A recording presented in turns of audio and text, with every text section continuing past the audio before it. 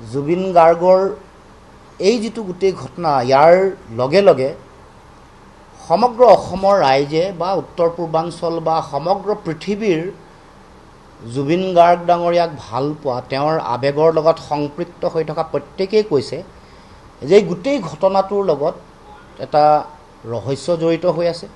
ইয়াক এটা অতি উচ্চ পৰ্যায়ৰ তদন্ত লাগে আৰু যিসকল ব্যক্তিৰ দুখৰ কাৰণে জাতীয় মহানায়কগৰাকী আমাৰ মাজৰ পৰা হেৰাই গ'ল সেইসকলক শক্তিশালী দৃষ্টান্তমূলকভাৱে শাস্তিৰ ব্যৱস্থা গ্ৰহণ কৰিব লাগে। এইটো অসমৰ জনগণৰ হৃদয়ৰ আহ্বান।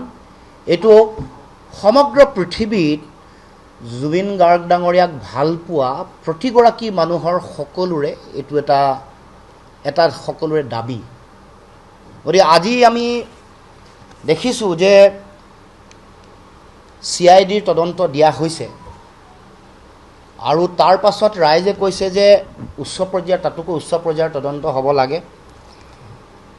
এতিয়া আমাৰ সকলোৰে এটা স্পষ্ট আমাৰ দৃষ্টিভংগী যে ছিংগাপুৰত এই গোটেই ঘটনাটো ঘটিছে, ইয়াৰ লগত এটা আন্তঃৰাষ্ট্ৰীয় বিষয় জড়িত হৈ আছে। কাৰণ ছিংগাপুৰত ঘটা গোটেই কথা বতৰাবোৰ, ইয়াৰ পুলিচ প্ৰশাসন, ইয়াত হোৱা গোটেই কথা বতৰাবোৰ সাক্ষ্য লোৱা, গোটেই বিষয়টো পুংখানুপুংখভাৱে তদন্ত কৰিবলৈ হ'লে CIDৰ দ্বাৰা সম্ভৱ নহয়। CIDয়ে আজি গোটেই বিষয়টো আগবঢ়াবলৈ হ'লে কেন্দ্ৰীয় গৃহ মন্ত্ৰণালয়, দেশৰ বহি পৰিক্ৰমা মন্ত্ৰণালয়ৰ তেওঁলোকৰ অনুমতি লৈ গোটেই কামটো আগবঢ়াব লাগিব। যিহেতু সমগ্ৰ দেশে সমগ্ৰ পৃথিৱীয়ে কৈছে, BBC, নিউয়ৰ্ক টাইমছেও এই কথা উল্লেখ কৰিছে, ভাৰতবৰ্ষৰ অতি শক্তিশালী যিসকল সাংবাদিক আছে, যিসকল সংবাদ জগতৰ লগত জড়িত হৈ থকা সম্পাদক যিসকল আছে, তেওঁলোকেও অতি শক্তিশালীভাৱে প্ৰতিবেদন প্ৰকাশ কৰি তেওঁলোকে কৈছে যে জুবিন গাৰ্গ ডাঙৰীয়াক কেৱল মাত্ৰ এগৰাকী গায়ক বা বোলছবিত অভিনয় কৰা ব্যক্তি হিচাপে ধৰিলে নহ'ব। এটা জাতিক উদ্বুদ্ধ কৰা, উজ্জীৱিত কৰা, লক্ষ লক্ষ কোটি কোটি জনতা ৰাজপথলৈ ওলাই আহিব তেতিয়াহে পাৰিব যেতিয়া হৃদয়ৰ লগত, আৱেগৰ লগত, সমাজ চেতনাৰ প্ৰতিটো বিষয়ৰ লগত এগৰাকী মানুহৰ উশাহ নিশাহৰ লগত তেওঁৰ আদৰ্শ চেতনা জড়িত হৈ থাকিব। গতিকে আমি আজি এই সংবাদমেলৰ যোগেদি আমি ক'ব খোজোঁ যে CBIৰ তদন্ত হ'ব লাগে উচ্চতম ন্যায়ালয়ৰ তদাৰকত। এইটো আমাৰ ফালৰ পৰা দাবী উত্থাপন কৰিছোঁ। আৰু শেহতীয়াকৈ আমি দেখিছোঁ যে যিদিনাখন গোটেই বিষয়টো আহিলে, অসমৰ মুখ্যমন্ত্ৰী ডাঙৰীয়াও সংবাদমেলত সম্বোধন কৰিছে। সম্বোধন কৰোঁতে প্ৰথমে ক'লে যে শ্যাম কানু মহন্ত বুলি কোৱা যিগৰাকী ব্যক্তি, সেইগৰাকী ব্যক্তিৰ নাম তালিকাত তেওঁৰ নাম হেনো নাই, 14গৰাকী ব্যক্তি। তাৰ পাছত এটা গোচৰ আহিল, গোচৰটোত 4গৰাকী মানুহৰ নাম তাত সন্নিৱিষ্ট হৈছে, শ্যাম কানু মহন্ত, সঞ্জীৱ নাৰায়ণ, সিদ্ধাৰ্থ শৰ্মা আৰু শেখৰ গোস্বামী। এতিয়া আমাৰ প্ৰশ্ন যে মৃত্যু হোৱা 5টা দিন আৰু জুবিন গাৰ্গ ডাঙৰীয়া অসমলৈ আহি পোৱাৰ 4টা দিন সম্পূৰ্ণ হৈছে। এই 5টা দিন সম্পূৰ্ণ হ'ল বা 4টা দিন যোৱাৰ পাছত যিসকল মানুহৰ নাম আহিছে, যিসকল তালৈ গৈছে, তেওঁলোকবোৰ মুকলি আকাশৰ তলত ঘূৰি ফুৰিছে। তেওঁলোকবোৰে আহি সংবাদমেল সম্বোধন কৰিছে, তেওঁলোকে বিভিন্ন সাংবাদিক বন্ধুসকলক তেওঁলোকে ইণ্টাৰভিউ দিছে, কথা বতৰা কৈছে। এই গোটেই কথা বতৰাবোৰ আত্মপক্ষ সমৰ্থন কৰিবৰ কাৰণে তেওঁলোকক সুযোগ দিয়া হোৱা নাইনে? সাধাৰণতে এটা গোচৰ যেতিয়া দিয়া হয়, গোচৰটো ৰুজু হোৱাৰ লগে লগে যাৰ নাম সন্নিৱিষ্ট হয় তেওঁলোকক বিচাৰিব লাগে, তেওঁলোকক কৰায়ত্ব কৰিব লাগে, তেওঁলোকৰ সাক্ষ্য ল'ব লাগে, তেওঁলোকক বিভিন্ন ধৰণৰ ইনভেষ্টিগেশ্যন বা এনকুৱাৰী কৰিবৰ কাৰণে চৰকাৰৰ ফালৰ ব্যৱস্থা গ্ৰহণ কৰিব লাগে। যেতিয়াই তেওঁলোকৰ নাম আহে, তেওঁলোকক যদি বিচাৰি পোৱা নাই তেতিয়াহ'লে ঘৰলৈ এখন নটিচ পঠাব লাগে, পত্নীক নটিচখন দিব লাগে। আমি দেখিছোঁ যে দিল্লীত সিদ্ধাৰ্থ শৰ্মা নামৰ ব্যক্তিগৰাকী অহা বুলি মুখ্যমন্ত্ৰীয়ে নিজেই কৈছে, লগ পোৱা বুলি কৈছে, কৰায়ত্ব কিন্তু নকৰিলে। অসমৰ আকাশত যিসকল মানুহ তালৈ গৈছিলে, বহুতৰ নাম গোচৰত নাই, সেইসকলকো মাতি আনি মতাৰ দায়িত্ব হয়নে নহয়? সেইসকলকো মাতি আনিব লাগিব। যাৰ নাম সন্নিৱিষ্ট হৈছে তেওঁলোকেও আজি সংবাদমেলত তেওঁলোকৰ কথা কৈ আছে, যোৱা 3 দিন ধৰি নিৰৱচ্ছিন্নভাৱে কৈ আছে।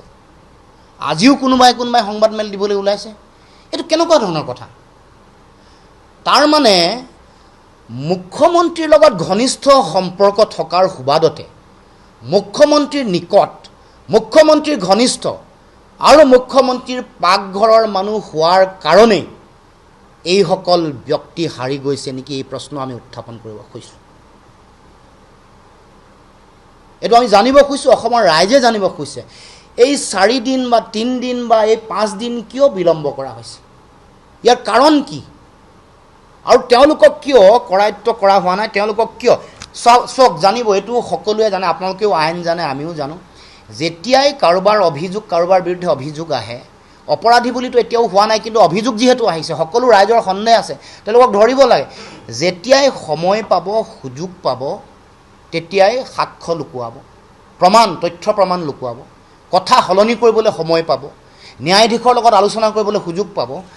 আৰু মুখ্যমন্ত্ৰীয়ে যিটো কথা দিল্লীৰ পৰা আহি অসমত আহি কৈছে যে তেওঁ ঘৰৰ পৰিয়ালৰ মানুহৰ পৰা কোৱাৰ কাৰণেই নধৰিলোঁ, এইটো কেতিয়াও আইনৰ দৃষ্টিভংগীৰে কেতিয়াও উচিত হোৱা নাই, উপযুক্ত হোৱা নাই। এইটো ন্যায়িকভাৱে এটা অক্ষমনীয় কথা এটা মুখ্যমন্ত্ৰীয়ে কৈছে। গতিকে আমি ক'ব খোজোঁ যে যাৰ বিৰুদ্ধে আঙুলি উঠিছে, যাক সন্দেহ কৰা হৈছে, যাৰ বিৰুদ্ধে গোচৰ আছে, তেওঁলোকক কৰায়ত্ব কৰিব লাগে, আৰু তেওঁলোকক কৰায়ত্ব কৰি তেওঁলোকৰ বিৰুদ্ধে বিচাৰ হ'ব লাগে, আৰু কঠোৰৰ পৰা কঠোৰ শাস্তি ব্যৱস্থা গ্ৰহণ কৰিব লাগে। অসমৰ মাজৰ পৰা চক আমাৰ প্ৰাণ, অসমৰ জনগণৰ হৃদস্পন্দন, আমাৰ আৱেগ, আমাৰ স্বাভিমান, জাতীয় জীৱনৰ অপূৰণীয় ক্ষতি কৰি যোৱা এটা বিশাল শূন্যতা সৃষ্টি কৰা আমি আজি কৈছোঁ আপোনালোকৰ আগত, আমি কওঁ যে জুবিন গাৰ্গ এটা পুণ্যাত্মা। গতিকে এই পুণ্যাত্মাগৰাকী মহাপ্ৰয়াণৰ পাছত জনগণৰ যিটো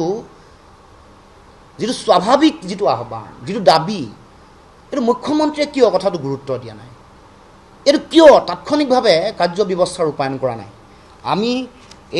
আমি আজি পুনৰ কৈছোঁ, এইটো পুণ্যাত্মা, এইটো সুপ্ৰিম চ'ল, জুবিন গাৰ্গ সুপ্ৰিম চ'ল, পুণ্যাত্মা। গতিকে ইয়াক লৈ মই আহ্বান জনাইছোঁ যাতে কোনো কাৰণতে হিনদেৰি নকৰে, কোনো কাৰণতে ডিলে নকৰে, কোনো কাৰণতে নিজৰ ব্যক্তিগত সম্পৰ্ক, ঘনিষ্ঠতা, আত্মীয়তা, পাকঘৰৰ মানুহ, এইবোৰৰ দোহাইত যাতে তেওঁলোকে হাৰি যাব নোৱাৰে, তাৰ কাৰণে কিন্তু শক্তিশালী ব্যৱস্থা গ্ৰহণ কৰিব লাগিব। এইটো আমি দাবী উত্থাপন কৰিব খুজিছোঁ। এতিয়া বিভিন্ন মানুহ ইয়াত অসমত অমৃতপ্ৰভা মহন্ত গৈছে, সন্দীপন শৰ্মা গৈছে, এইসকলক মাতি আনি তেওঁলোকক সোধপোছ কৰাৰ দায়িত্ব অসম চৰকাৰ নাই নেকি, গৃহ বিভাগৰ নাই নেকি? মই সেইকাৰণে আজি CBIৰ তদন্ত দাবী কৰিছোঁ, উচ্চতম ন্যায়ালয়ৰ তদাৰকত, তেওঁলোকৰ মনিটৰিঙত হ'ব লাগে। আৰু CBI হ'লে গোটেই কথাটো এখন বহিৰাষ্ট্ৰত হোৱা গোটেই কথা বতৰাব, আৰু যদি এই সুযোগটো আছে, তাতো এটা গোচৰ ৰুজু হৈছে, ছিংগাপুৰতো এটা গোচৰ ৰুজু হৈছে। সেই গোচৰটোতো ভাৰত চৰকাৰে, দেশৰ প্ৰধানমন্ত্ৰী, দেশৰ গৃহমন্ত্ৰী, দেশৰ বহিঃপৰিক্ৰমা মন্ত্ৰী, এগৰাকী ৰাজ্যিক মন্ত্ৰী অসমৰে আছে, তেওঁলোকেও ছিংগাপুৰ চৰকাৰৰ লগত কথা পাতিব লাগে।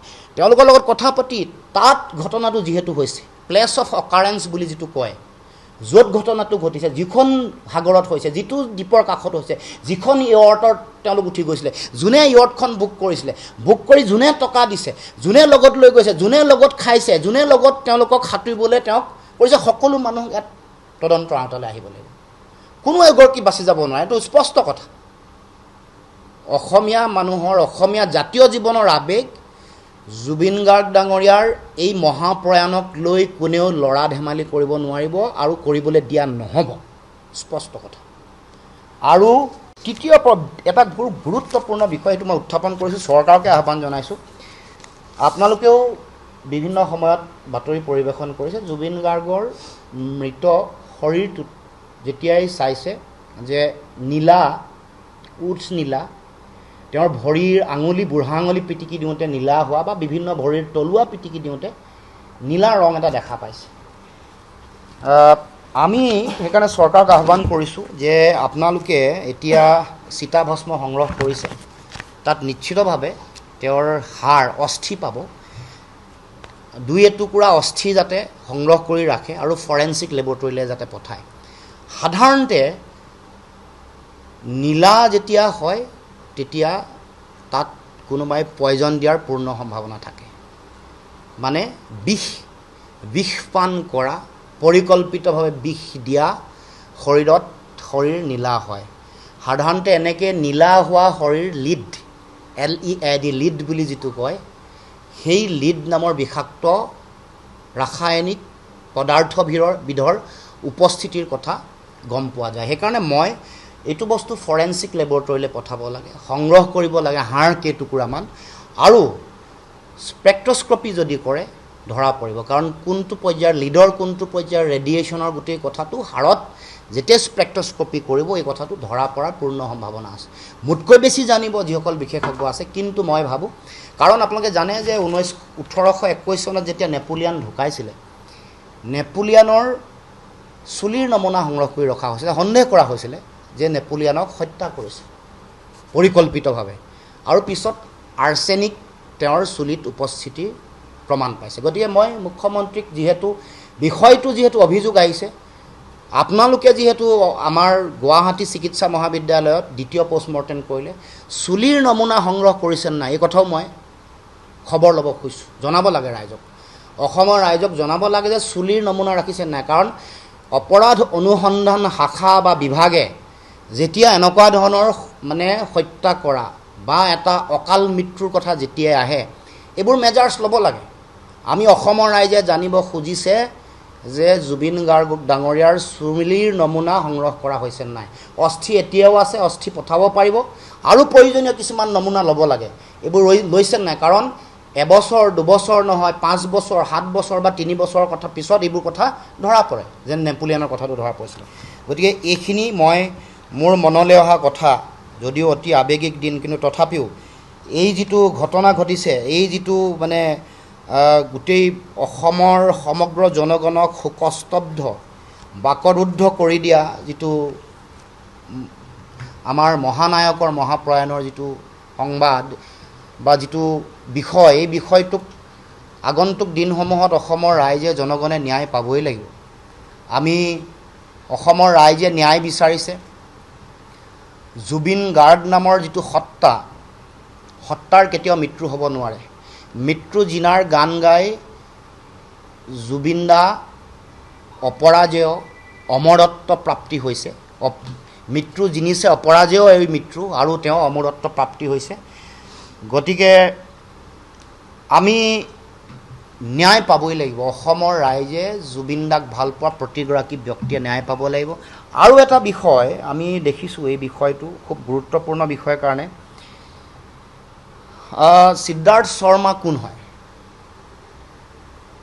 সিদ্ধাৰ্থ শৰ্মা যাৰ বিৰুদ্ধে সন্দেহৰ আঙুলি টোৱাইছে তেওঁক কোনে জুবিন দাক লগাই দিছিলে তেওঁক লগাই দিছে এই টাৰ্চেন মিত্তল নামৰ যিটো সাংস্কৃতিক দালাল আছে এইটোৱে যি টাৰ্চেন মিত্তলে অতদিনে জুবিন দাক বিভিন্ন ধৰণৰ কথা বতৰাবোৰত বিৰাট সাংঘাতিক মানে শোষণ কৰিলে আপুনি চাব এইটো মই দেখুৱাইছোঁ ইয়াত আজি যদি চাই যিমানবোৰ ছ'চিয়েল মিডিয়া প্লেটফৰ্ম আছে চবতে তাৰমানে কপিৰাইট এতিয়া যিবোৰ কপিৰাইট বা তেওঁলোকৰ বিজনেছ পাৰ্টনাৰশ্বিপ আছে ইয়াতে এইটো চাব ইয়াতে পাৰ্টনাৰ বুলি লিখা আছে টাৰ্চেন মিত্তল যিমান গানৰ যিমান মানে স্পটিফাই কওক জিঅ' হেৰি কওক চবতে যিমান প্লেটফৰ্ম আছে ইউটিউব চবতে এওঁৰ আৰু ডেজিগনেটেড বুলি জুবিনদাৰ নাম আছে আৰু সিদ্ধাৰ্থ শৰ্মাৰ নাম আছে এই তিনিজন মানুহৰ কপিৰাইট কিমান কি ডিল হৈছে কিমান মানে পাৰ্চেণ্টেজ ৱাইজ তেওঁলোকক মানে হেৰি কৰিছে তেওঁলোকক পাৰ্টনাৰশ্বিপ ডিল হৈছে এইবোৰ চাব লাগিব কিন্তু আমাৰ স্পষ্ট কথা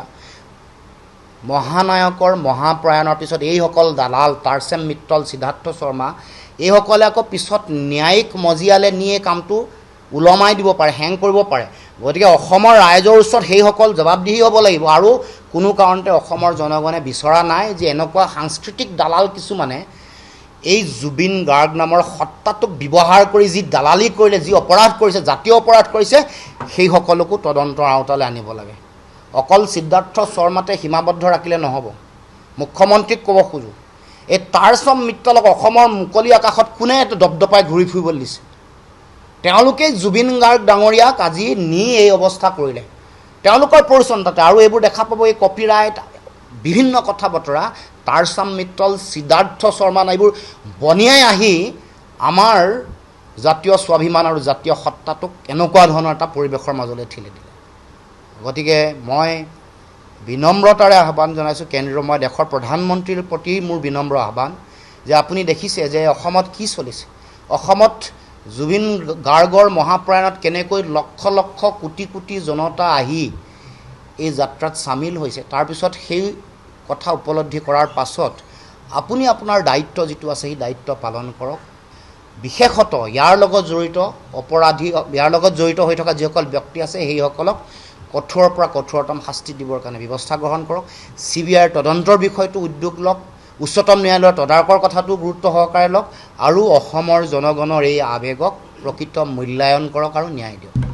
যিসকলৰ বিৰুদ্ধে অভিযোগৰ আঙুলি উঠিছে, যিসকলৰ বিৰুদ্ধে গোচৰ আছে, যিসকলৰ বিৰুদ্ধে গোচৰ ৰুজু কৰা হৈছে, গোচৰ মানে ৰেজিষ্ট্ৰেশ্যন কৰা হৈছে, পঞ্জীয়নভুক্ত হৈছে আৰু যিসকল ব্যক্তিৰ নাম আহিছে তেওঁলোকে কেনেকৈ মুকলি আকাশৰ তলত ঘূৰি ফুৰিছে, ইয়াৰ কাৰণ সেইসকল ব্যক্তিৰ মুখ্যমন্ত্ৰীৰ লগত থকা ঘনিষ্ঠতা নেকি, নিকট নেকি, তেওঁলোক পাকঘৰৰ মানুহ নেকি, এইবোৰ কথা তেওঁলোকৰ যিসকল তেওঁলোকৰ পৰিয়ালৰ মানুহ অতি গুৰুত্বপূৰ্ণ, অসমৰ বিশ্ববিদ্যালয়ৰ উপাচাৰ্য, কোনোবা আগৰ DGP, তেওঁলোকো ভাল ভাল অফিচিয়েল দায়িত্বত আছে, বিভিন্ন ধৰণে সম্পৰ্কিত। এইবোৰ কথা আপোনালোকে জানে, মই আজি নাম ক'ব খোজা নাই, কাৰণ গোটেই বিষয়টো ৰাইজক ন্যায় দিয়াৰ দায়িত্ব চৰকাৰৰ। এতিয়া শ্যামকানু মহন্ত বুলি কোৱা যিগৰাকী মানুহ, তেওঁ ছিংগাপুৰত আছে। ছিংগাপুৰত তেওঁক কিয় বন্দী কৰি ৰখা হোৱা নাই, তেওঁ তাত কিয় বা তেওঁক আনিবলৈ কিয় ব্যৱস্থা কৰা হোৱা নাই, তেওঁ পলাত। যিকোনো খবৰৰ বাবে যোগাযোগ কৰক 7099017330 লগতে 7099017110 নম্বৰত।